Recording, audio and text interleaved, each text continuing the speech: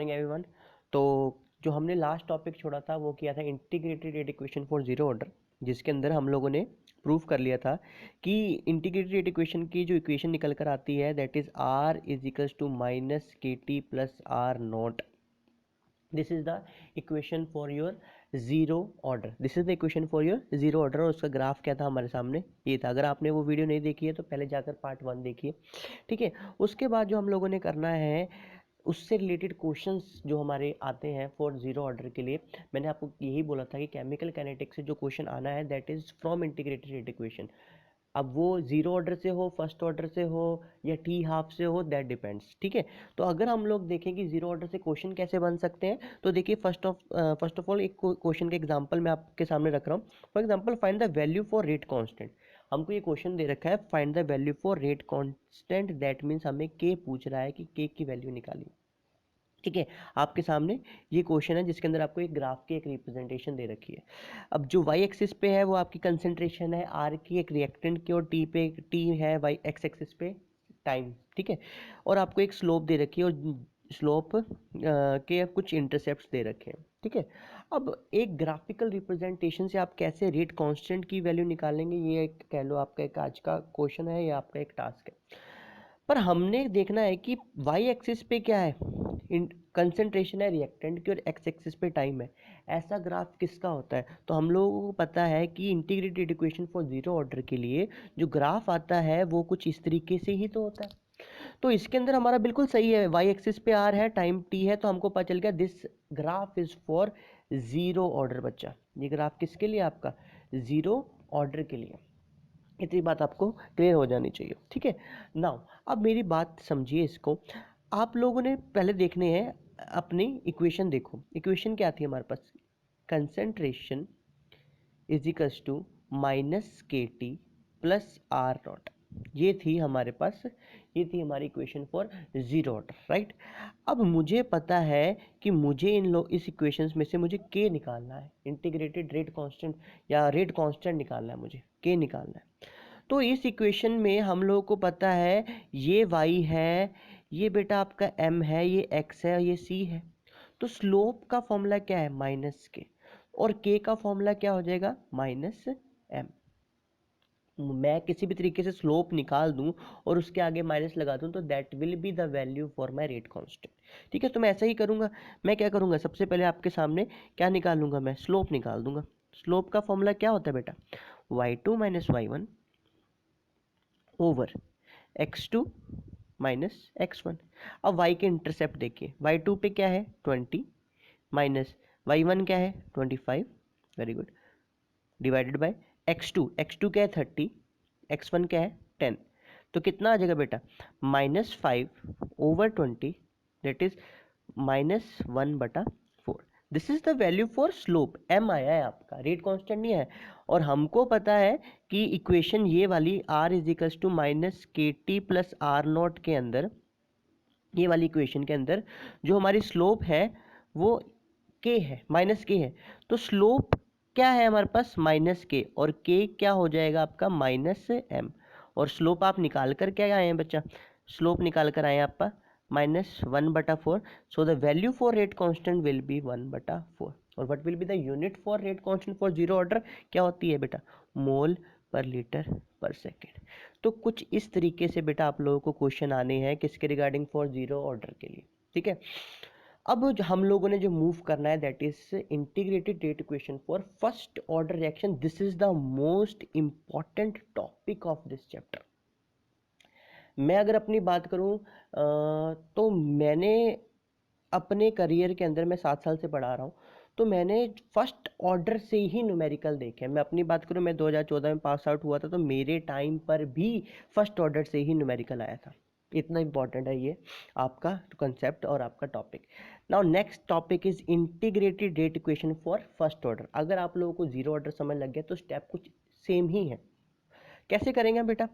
Rate का formula एक पढ़ के आए हैं, -dr/dt, क्योंकि कंसंट्रेशन रिएक्टेंट की कम होती है, वो हम लोगों ने किया था dr/dt represent the instantaneous rate of reaction, ठीक है। एक ये पढ़ा है फॉर्मूला।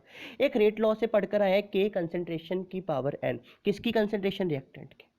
दोनों रेट के इक्वेशंस हैं, दोनों को इक्वेट कर दिया, इक्वेशन 1 और इक्वेशन 2 को हम लोगों ने इक्वेट कर दिया। तो आपके पास बेटा क्या है, माइनस से D R upon D T किसके बराबर आ जाएगा, के आर की power N, where N is what, order. N क्या बेटा आपका ऑर्डर, और फर्स्ट ऑर्डर के लिए एन की वैल्यू क्या होगी बेटा, 1 होगी कि नहीं होगी, बिल्कुल होगी 1। ठीक है, तो माइनस से D R upon D T क्या हो जाएगा, के आर आ जाएगा। यहाँ तक आप लोग पहुँच चुके होंगे। उसके बाद क्या करना है बेटा, उसके बाद आपने क्या करना है, क्रॉस मल्टीप्लाई, आर वालों को एक तरफ कर दो, डी टी को उस तरफ ले जाओ, तो क्या हो जाएगा, माइनस से D R upon R is equals to K D T, minus को इधर ले जाइए तो क्या आ जाएगा, D R upon R is equals to minus K D T. यहाँ तक आप पहुँच चुके होंगे, यहाँ तक पहुँच चुके होंगे। अब क्या करना है, इंटीग्रेट बोथ द साइड्स, दोनों तरफ क्या कर दीजिए, इंटीग्रेशन कर दीजिए।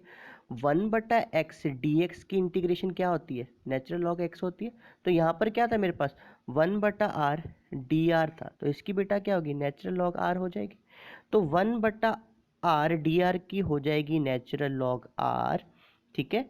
और माइनस के डी टी की इंटीग्रेशन के माइनस के बाहर आ जाएगा, और डी टी की क्या होती है, टी, और एक कर जाएगा इंटीग्रेटेड रेट कांस्टेंट सी।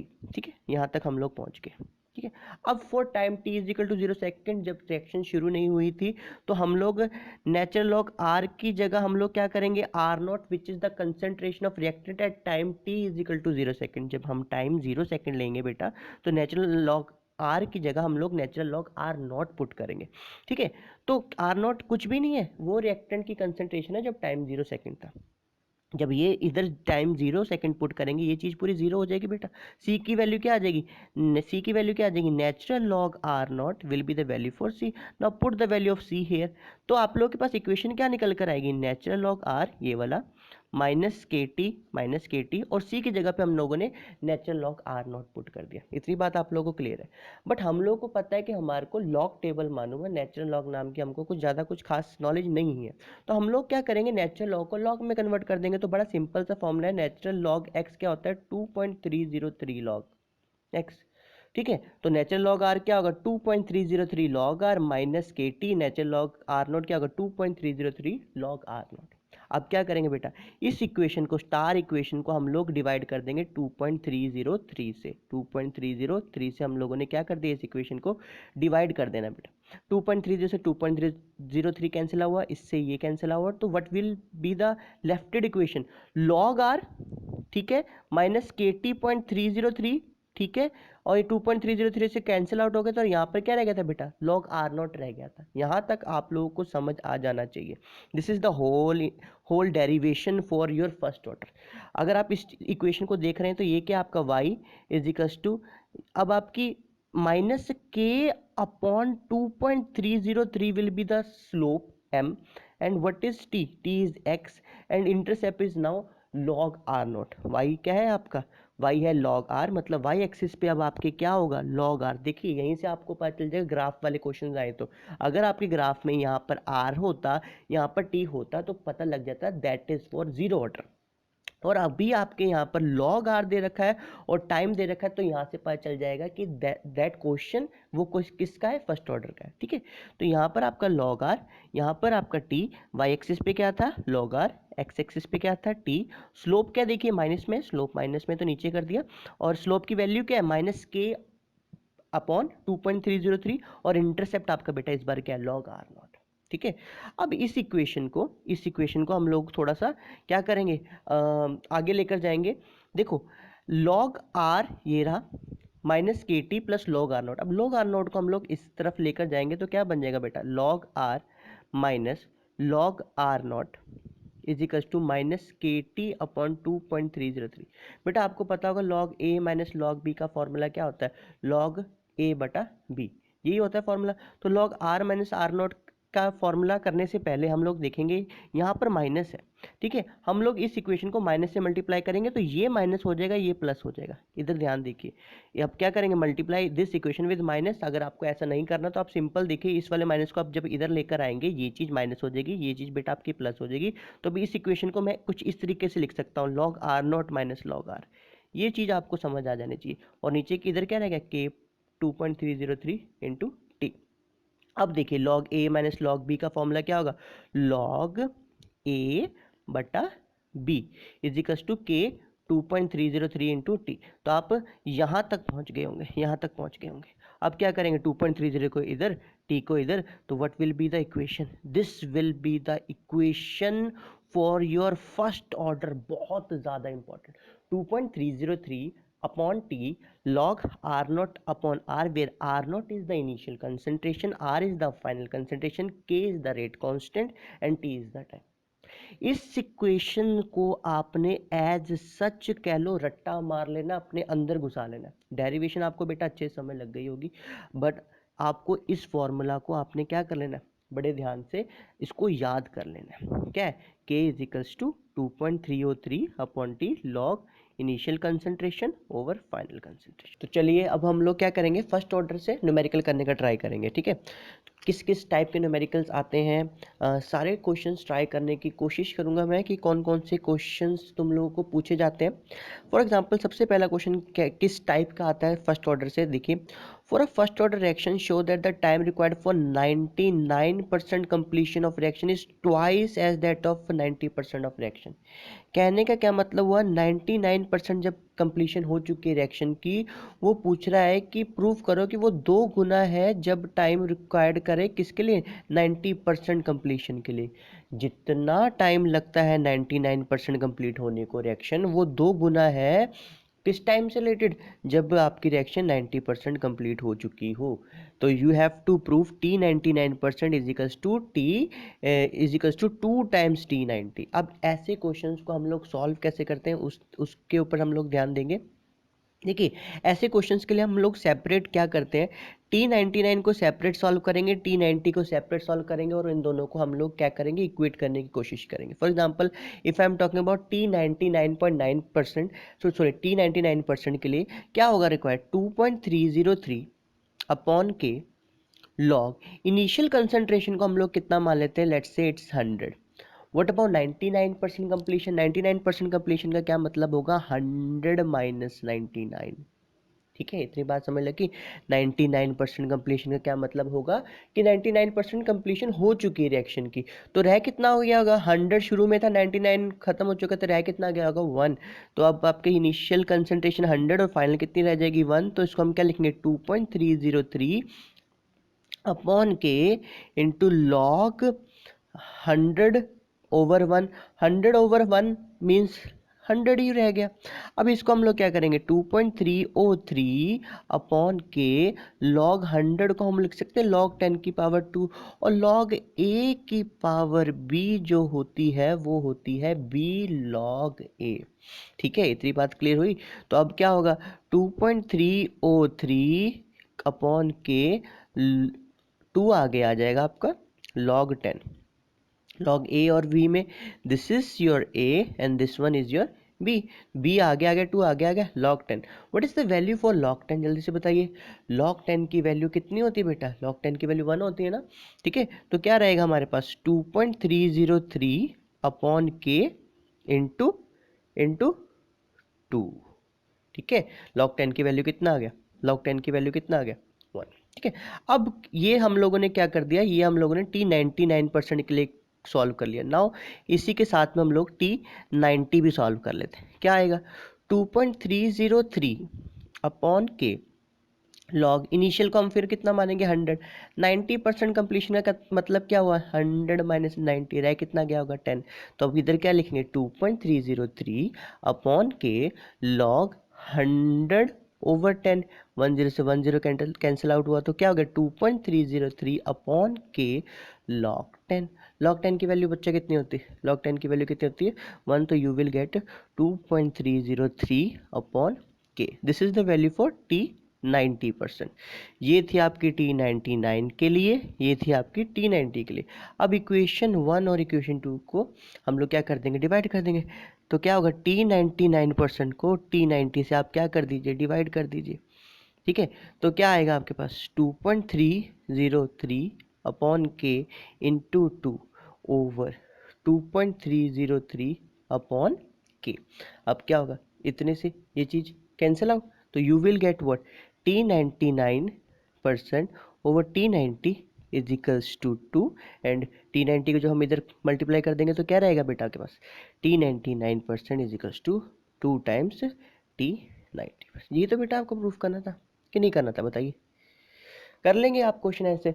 इस टाइप के क्वेश्चंस के अंदर हम लोग क्या करना होता है, सेपरेट सेपरेट सॉल्व कर लो, सेपरेट सेपरेट सॉल्व कर लो। अगर आपको इतनी, देखो इसको एक और तरीके से किया जा सकता है। देखो T90 की वैल्यू कितनी है, 2.303 अपॉन के, मतलब 2.303 अपॉन के क्या है, आप ऐसे भी लिख सकते थे, पुट 2 into 1। तो 2.303 के की जगह आप क्या लिख सकते थे, क्या लिख सकते थे, T90 लिख सकते थे, बिल्कुल लिख सकते थे, गुना 2 यहीं पे भी खत्म हो सकता था। मतलब आपकी कह लो कि श्रद्धा की वाली बात है, कैसी आपकी श्रद्धा है, आप इसको ऐसे पुट करना चाहते हैं, इसको ऐसे डिवाइड करना चाहते हैं। आपको मैंने दोनों तरीके बता दिए, दोनों ही तरीके सही, अपने साइड में दोनों ही तरीके सही हैं। तो हम लोग जैसे for example for a first order ये हम लोगों ने कर लिया है। अब देखिए नेक्स्ट क्या कह रहा है, show that the for a first order reaction the time required for 99.9% completion of reaction is 10 times that of 50% completion. तो अब ऐसे क्वेश्चंस के लिए हम क्या करेंगे, बोल रहा है क्या प्रूफ करने को, T99.9% is equal to 10 times T50%। कैसे करेंगे बेटा, T99.9 को सेपरेट सॉल्व करेंगे, कैसे होगा, जल्दी जल्दी कर लेंगे अब हम लोग। 2.303 अपॉन के लॉग इनिशियल तो हम लोग कितना लेंगे 100, और फाइनल कितना होगा 100 माइनस 99.9। इतनी बात क्लियर हुई। तो हमारे पास क्या आ जाएगा 2.303 अपॉन के लॉग 100 ओवर 0.1। 0.1 ऊपर जल गया तो वो क्या हो जाएगा आपका, 100 विल बिकम 1000, 100 विल बिकम, जैसे आप 0.1 क्या है बेटा आपका 1/10 है ना, 10 ऊपर जाएगा तो दिस विल बिकम 1000, और 1000 मीन्स व्हाट, 1000 मीन वॉज 10 की पावर बेटा 10 की पावर 3, 10 की पावर 3। और लॉग ए की पावर भी कितना होता है, लॉग ए की पावर होता है बी लॉग ए, लॉग 10 1। तो ये आपने सॉल्व करके क्या निकाल दिया मेरे साथ, this is what T99.9%। What about T50, इसी के साथ में T50 सॉल्व कर लेते हैं। T50 क्या कहता है, 2.303 अपॉन के लॉग इनिशियल है 100, फाइनल कितना हो जाएगा 100 माइनस 50, राइट। तो दिस विल बिकम 2.303 अपॉन के log 100 over 50, and this is 2.303 upon के लॉग 2। और log 2 की वैल्यू आपको पता है कितनी होती है, बता दो बता दो, log 2 की वैल्यू होती है 0.3010। ठीक है, 0.3010 को हम लिख सकते हैं 2.303 के इंटू 0.3। ठीक है, अब आप क्या करेंगे, डिवाइड, जैसे हम करते थे, T99.9 को T50 से डिवाइड कर दीजिए। कितना था 2.303 upon K into 3 over 2.303 upon K into 0.3। ठीक है ना, फिर क्या होगा 2.30 से 2.30 के कैंसिल आउट हो जाएगा, and you will get what T99.9 over T50 is equals to 3 over 0.3। इस 0.3 को अब आप क्या करेंगे, 0.3 को आप लिख सकते हैं 3 ओवर 10, और इसको फर्दर क्या लिखा जा सकता है, इसको फर्दर क्या लिखा जा सकता है 330, ये कितना हो जाएगा 10। ठीक है, तो क्या आ जाएगा T99.9 is equal to 10 times T50। ये लो बेटा, हो गया क्वेश्चन। ऐसे क्वेश्चंस को आप बड़े इजीली कर सकते हैं, फ्री के क्वेश्चंस हैं, फ्री मार्क्स आ जाएंगे आपके 3 के 3 अगर आपके परसेंटेज में क्वेश्चन आए। ठीक है, अब 99 वाला हो गया है, परसेंटेज वाले क्वेश्चन हो गया। For a first order reaction, for a first order it takes 40.5 minute to decompose 25%। Decompose 25% मतलब कितना हुआ, मान लो अगर शुरू में आपका 100 था, 25% डिकम्पोज कर गया तो रह कितना गया बेटा आपका 25% डिकम्पोज हो गया तो कितना रह गया आपका 75 रह गया कि नहीं रह गया, 75 रह गया कि नहीं रह गया। तो आप क्या करेंगे, for a first order reaction time आपको दे रखा है, ठीक है, डिकम्पोज 25% डिकम्पोज हो चुका है, तो कैलकुलेट द रेट कांस्टेंट के निकालने को बोल रहा है। तो कैसे करोगे बेटा ऐसे क्वेश्चंस को, कैसे करोगे ऐसे क्वेश्चंस को, करें आगे हम इसको सॉल्व। ये तो हमने 90-50 वाला कर दिया है, ठीक है, ये बात की बातें हैं हमारी। ये 25 वाला, इसको देखो, देखो 40.5 मिनट्स लग रहे हैं डिकम्पोज करने को डिकम्पोज कितना हो चुका है 25%। कैलकुलेट रेट कॉस्ट के पूछ रहा है, फॉर्मूला तो आप लोगों को पता ही है, फॉर्मूला लिखने के बेटा आपको हाफ मार्क्स मिल जाएंगे। ठीक है, मान लो इनिशियल 100 थी, 25% डिकम्पोज हो गया तो आपके पास रह कितना गया 75। तो फॉर्मूला तो आपको पता ही है ना क्या है कि रेट कॉन्स्टेंट निकालना है 2.303। टाइम की जगह आप कितना लिखेंगे 40.5। मिनट है, अगर आपको मिनट में रखना है मिनट में रख दीजिए, अदरवाइज आप इसको सेकंड में करना है तो इसको 60 से मल्टीप्लाई कर दीजिए। नहीं करना तो आंसर जो भी होगा फर्स्ट ऑर्डर की आपको पता है यूनिट कितनी पर सेकंड, तो आप अगर नहीं आपको नहीं आ रहा है कि नहीं करना हमें सेकंड में, तो आप आंसर पर मिनट में भी निकाल सकते हैं, इतनी कोई दिक्कत की बात नहीं है, ये कोई इतना आपको गलत नहीं करने वाला। ठीक है, तो 100 और 75 पता चल गया। आर नॉट कितना था इनिशियल 100, 25% डिकम्पोज हो गया तो रह कितना गया 75। तो क्या होगा 2.303 टाइम की जगह 40.5 इंटू लॉग 100/75। तो 25 कितने जा 4 जा 7, 25 4 जा 100, 25 25 3 जा 75। तो यहाँ पर क्या आ जाएगा 4/3। लॉग ए ओवर बी का फॉर्मूला क्या, log A minus log B. और अब आप लोगों को अगर देखा हो, आप लोगों ने अपना जो सीबीएसई का सैम्पल पेपर आया उसमें लिखा हुआ है नो यूसेज ऑफ आपका log table as well as calculator. That means आपको लॉग्स की सारी वैल्यूज गिवन होगी। ठीक है, तो लॉग 4 की वैल्यू 0.602 आप 0.6 पुट कर देंगे, लॉग 3 की जगह 0.47 पुट कर देंगे, माइनस करेंगे 0.13 आ जाएगा। जब भी सॉल्व करेंगे what ever will be the value will be in पर मिनट। समझ जाएंगे। अगर आपको डिकम्पोज वाले क्वेश्चन आएंगे आप बड़े इजीली कर लेंगे, कोई दिक्कत की बात नहीं आएगी। अब नेक्स्ट किस टाइप के क्वेश्चन आता है, for a first order reaction the rate constant is 1, ये के दे रखा है। How long will 5 gram of the reactant take reduce to 3 gram. बेटा इस क्वेश्चन में आप लोग बड़ा कंफ्यूज होते हैं। देखो ऐसे क्वेश्चंस में दिक्कत क्या आती है, दिक्कत क्या आती है, बच्चा क्या करता है, बच्चा की रिदम क्या बनी हुई है, लॉग ऐसे 100 माइनस 50, अगर 50% डिकम्पोज हुआ है 25% डिकम्पोज हो गया तो क्या करता है 100 माइनस 25 75% रह गया। तो उनको माइनस, जैसे अगर फाइनल की बात कर रहे हैं तो वो क्या कर रहे हैं इनिशियल्स में से माइनस कर रहे हैं, राइट। अब यहाँ पर एक ऐसे क्वेश्चन के अंदर for example for a first order reaction the rate constant, ये आपको रेट कांस्टेंट दे रखा है। How long 5 gram of the reactant take to reduce to 3 gram. बच्चा क्या करके आता है, लॉग इनिशियल में 5 ग्राम लिखता है बट फाइनल में क्या करके आता है 5-3। ये बड़ी बहुत ज़्यादा गलती चलती है बच्चे की। बट यहाँ पर देखिए क्वेश्चन क्या बोल रहा है, for a first order reaction the rate constant is this one, how long will 5 gram, ये initial of the reactant take to reduce to 3 gram. उसने फाइनल कंसेंट्रेशन आपको बता दिया है कि फाइनल कंसेंट्रेशन आपकी 3 ग्राम ही रहेगी। तो अब आप क्या करेंगे, क्या करेंगे 2.303 अपॉन ये क्या देगा for first rate constant is this one, तो ये आपका के है 1.15 इंटू 10⁻⁻1 इंटू लॉग।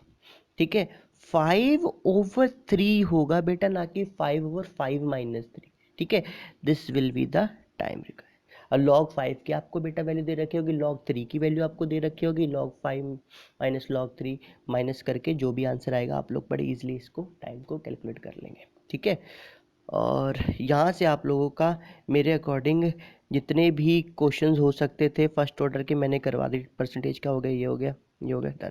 ठीक है, और अगर आपको ये देखो जीरो ऑर्डर के लिए कैसे पूरा, for zero order the slope of R versus T graph is this, slope दे रखी है आपको, स्लोप कितनी दे रखी है 1.7 into 10⁻3। What will be the rate constant, K पूछ रहा है तो बेटा स्लोप दे रखी है तो सीधा क्या पता है माइनस के, तो के क्या हो जाएगा माइनस एम। तो के क्या वैल्यू क्या आ जाएगी -1.7 इंटू 10⁻3, क्या है जीरो ऑर्डर के लिए मोल पर लीटर पर सेकेंड। चलो बेटा ठीक है, ऐसे क्वेश्चंस को आप बड़े आराम से कर लेंगे। मेरे को लगता है कि जितने भी न्यूमेरिकल्स की प्रैक्टिस हो सकती थी वो हम लोगों ने सारे न्यूमेरिकल्स को ट्राई करके देख लिया। Now the last topic of second last topic of this chapter is half life period. बहुत इजी कंसेप्ट है, टी हाफ जिसको हम लोग टाओ भी कहते हैं, tau half, T half, half life span, half life period, जो भी आपको कहना है वो आप कह लीजिए। ठीक है, अब कैसे, टी हाफ क्या होता है, टी हाफ मतलब 50% क्या हो चुकी, कंप्लीट हो चुकी रिएक्शन। अगर 50% कंप्लीट हो चुकी है तो पता है 2.303 अपॉन टी, सॉरी अपॉन के, लॉग इनिशियल कितना 100 और फाइनल कितना हो जाएगा 100 माइनस 50 इज 50, लॉग 2 की वैल्यू क्या आती है 0.3010, 0.3010 को 2.303 से मल्टीप्लाई करेंगे यू विल गेट 0.693 अपॉन के। This is the formula for T half. बेटा कोई दिक्कत है क्या, बहुत इजी तो है। टी हाफ का फॉर्मूला क्या आ गया 0.693 अपॉन के, बहुत इजी। ये आपको ऐसा सच याद कर लेना। तो फॉर्मूला आप लोगों ने अब तक जो याद करने हैं वो एक तो करना है 2.303 upon T, log initial over final, ये तो हो गया फर्स्ट ऑर्डर के लिए। फिर टी हाफ के लिए क्या है बेटा आपका 0.693 अपॉन के। अब ये दोनों फॉर्मूले एक साथ चलेंगे, कैसे वाला, कैसे पूछेंगे। फॉर एग्जांपल कार्बन डेटिंग से बड़े क्वेश्चन आते हैं, क्या बोलता है कि मान लो कैसा क्वेश्चन आएगा कि जैसे कि किसी के मान लो कि कार्बन डेटिंग होती क्या है, पहले ये वाला ये चीज़ समझिए। तो कार्बन डेटिंग हम लोग इस्तेमाल करते हैं किसी भी फॉसिल की एज निकालने के लिए, ठीक है। हम लोग देखते हैं जैसे कि हर एक के फॉसिल के अंदर आपको C12 मिल जाता है, और हम लोग को C12 एक आइसोटॉप है कार्बन का, ठीक है। उसका हम लोग को टी हाफ मालूम है, जैसे टी हाफ उसका हम लोग को मालूम है कि वो अराउंड 6000 साल होता है, ठीक है। अब जब हमको वो फॉसिल मिला तो हम लोग देख लेते हैं उस कार्बन 12 में उसके पास कार्बन की मात्रा कितनी रह गई है। मान लो 12 ग्राम रह गई है या 16 ग्राम रह गई है। इनिशियल हम लोग को पता C12 की मात्रा 32 ग्राम होती है। इनिशियल अगर हम लोग को पता है 32 ग्राम है, फाइनल हम लोग को पता चल गया, हम लोगों ने निकाला उसमें 16 ग्राम रह गया है, तो हम लोग उसमें से अब उसकी एज निकालने के लिए, मतलब एज मतलब क्या, टाइम टी निकाल सकते हैं क्या। फॉर एग्जाम्पल क्वेश्चन कैसा आता है कि हम लोगों को कार्बन 12 की टी हाफ दे रखी है, कितना भला 6000 साल, ठीक है। 6000 साल दे रखी है आपको टी हाफ कार्बन 12 की, ठीक है।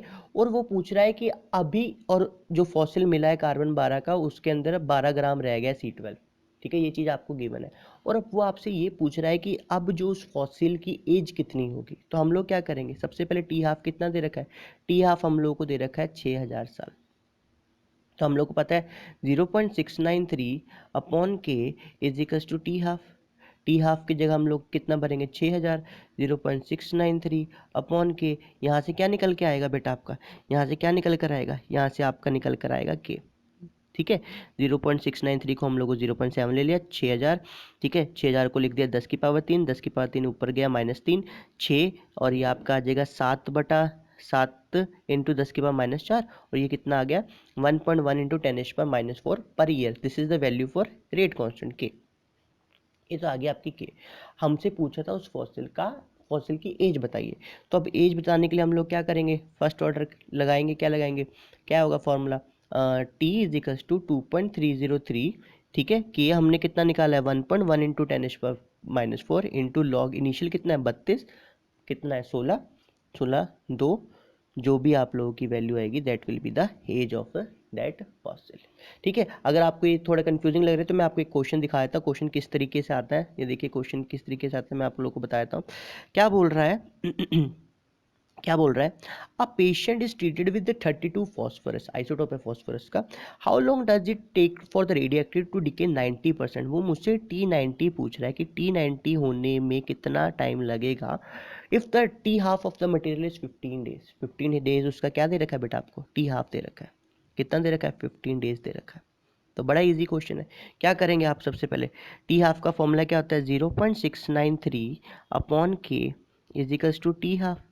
टी हाफ की जगह आप क्या पुट कर देंगे 15, 0.693 को हम लोग लिख सकते हैं 0.7 अपॉन के की वैल्यू क्या आ जाएगी 15/7, 10, 7 2 जा 14.10, 7 1 जा 7, 3 0 7 4 28। तो ये आ जाएगी, ये वैल्यू आ जाएगी आपकी, मतलब अराउंड 21.4 इंटू, ओ सॉरी बस, ठीक है। और ये किसका है, किसके लिए, फर्स्ट ऑर्डर के लिए है। तो the unit for rate constant will be per day, day में है ना, तो डे पर, बस ठीक है। ये आ गया आपके पास क्या के। बट उसने T90 के लिए पूछा है, क्या पूछा आपके T90 के लिए पूछा है।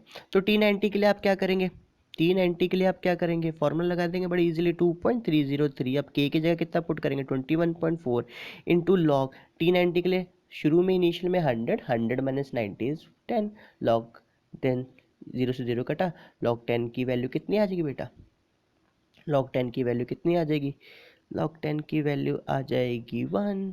तो कितना हो जाएगा 2.303, 21.4, जो भी आप इसको सॉल्व करके आएंगे that will be the T90, T90, ये आपका आंसर आ जाएगा। जो भी आप इसको सॉल्व करके आएगा that will be the x days, ठीक है। तो इस तरीके से आपको टी हाफ के क्वेश्चंस आएंगे, ठीक है। अब लास्ट टॉपिक इस चैप्टर का जो हमारे पास रह जाता है दैट इज मॉलिक्यूलैरिटी। मॉलिक्यूलैरिटी क्या होती है? मॉलिक्यूलैरिटी क्या होती है उसके लिए मैं आप लोगों को अपनी दूसरी पीडीएफ की तरफ थोड़ा सा, कहाँ गई मेरी केमिकल काइनेटिक्स की एक और,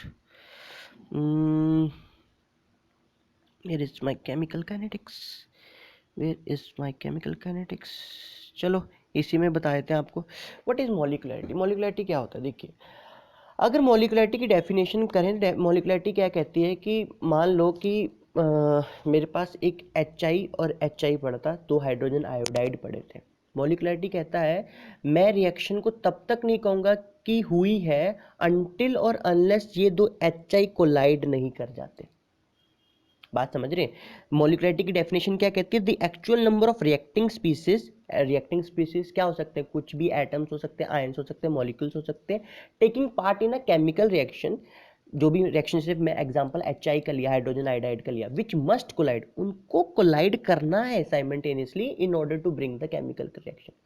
तब मैं कहूँगा कि वो मॉलिक्यूल या वो आपका आयन, वो आपका एटम उस रिएक्शन में पार्टिसिपेट कर रहा है। फॉर एग्जांपल मॉलिक्यूलैरिटी की डेफिनेशन देख लिए, the actual number of reacting species that could be atoms, ion, molecules taking part in a chemical reaction which must collide simultaneously in order to bring the chemical reaction.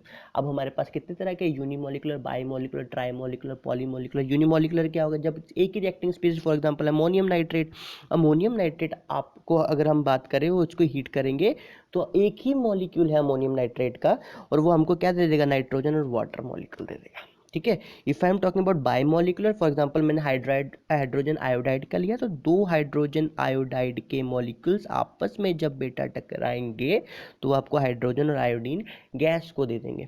ठीक है। For ट्राईमोलिकुलर, जैसे 2 molecules nitrogen oxide के और 1 oxygen का जब आपस में टकरा कर जब बनाएंगे नाइट्रोजन डाइऑक्साइड, तभी मैं कहूँगा कि वो रिएक्शन ट्राईमोलिकुलर है। पॉलीमोलिकुलर, जब मोर देन 3, जैसे 1 नाइट्रोजन का 3 हाइड्रोजन के मॉलिक्यूल हमको अमोनिया दे रहा है। तो मॉलिक्यूलैरिटी जो थी वो टोटली अगेंस्ट थे कंसेप्ट के, जो कि कहता था ऑर्डर। मॉलिक्यूलैरिटी कहती है कि अगर एक रिएक्शन मल्टीपल स्टेप्स में हो रही है, फॉर एग्जांपल मैं कहूँ कि अगर मुझे सल्फ्यूरिक एसिड बनाना है, तो ऑसवाल्ड प्रोसेस में आप लोगों को पता है पहले क्या बनता है? Sulphur plus oxygen sulphur dioxide बनता है, फिर सेकंड स्टेप में सल्फर ट्राइऑक्साइड बनता है, तीसरे स्टेप में ओलियम बनता है, फिर ओलियम से हमारे पास क्या बनता है? 2 मॉलिक्यूल सल्फ्यूरिक एसिड के बनते हैं। अब देखो, ये रिएक्शन होने को हमारे पास 1 2 3 4 स्टेप लगे। अगर मैं ऑर्डर की बात करता तो वो टोटल जो कह लो ओवरऑल रिएक्टेंट रिजल्टेंट रिएक्शन है, उसका, उसके रिएक्टिंग मॉलिक्यूल्स को देखकर उसका ऑर्डर बता देता। बट मॉलिक्यूलैरिटी कहती है कि अगर कोई भी रिएक्शन एक से ज़्यादा स्टेप में हो रही है, तो हम लोगों को देखना है कि इन स्टेप में से कौन सा स्टेप स्लो है। जो स्लो स्टेप होगा that will be the rate determining step. क्या कहता है? If the reactions are taking place in more than one step, the slow step will be your rate determining step. That means order नाम की कोई चीज़ ही नहीं हुई, क्योंकि अब अगर कोई भी रिएक्शन एक से ज़्यादा स्टेप में हो रही है तो ओवरऑल रिएक्शन का मुझे कोई लेना देना नहीं है। मुझे देखना कि कौन सी उस रिएक्शन के जो स्टेप्स हैं उनमें से कौन सा स्टेप स्लो था। जो स्टेप मेरा बेटा स्लो था वही मेरा रेट डिटरमाइनिंग स्टेप रहेगा। तो यहाँ से बेटा आप लोगों का कह लीजिए केमिकल काइनेटिक्स, मेरे हिसाब से मैंने कोशिश की है कि मैं आपको 2 वीडियोस में ही इन सबको कवर कर लूँ। अगर आपको वीडियो अच्छी लगी हो तो आप ज़रूर लाइक करना, कमेंट करके बताना कि अब हमें कौन सा चैप्टर आप लोगों को पढ़ाऊँ। ठीक है। और अगर बाकी मैं नोट्स को आप लोगों को ड्राइव की फॉर्म में मैं नीचे लिंक में ज़रूर शेयर कर दूँगा। Till then bye.